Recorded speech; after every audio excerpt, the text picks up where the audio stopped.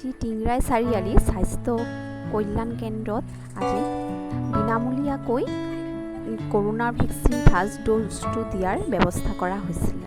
আমি গৈ ঘৰৰ সকলোৱে গৈ তাত থাৰ্ড ভেকচিনটো ল'লোঁ। গাঁৱৰ সকলোৱেও গৈ পেলাই তাত ভেকচিনটো লৈছে। আশা কৰোঁ সকলোৱে যাতে ভেকচিনটো পায়, ফাৰ্ষ্ট ড'জটো যাতে সকলোৱে ল'ব পাৰে আৰু এই মাৰাত্মক ক'ভিড বেমাৰৰ পৰা যাতে সকলোৱে হাত সাৰিব পাৰে তাৰেই আশা কৰিছোঁ।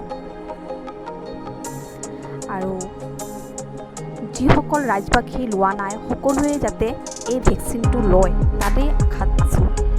সকলোৱে যাতে এই আমাৰ সুন্দৰ সেউজীয়া পৰিৱেশখন নিৰ্মূল কৰি ৰাখিব পাৰে তাৰেই আশাৰে। আৰু ভিডিঅ'টো পিকচাৰ কোৱালিটিটো ভাল নোহোৱাৰ কাৰণে মাফ কৰিব।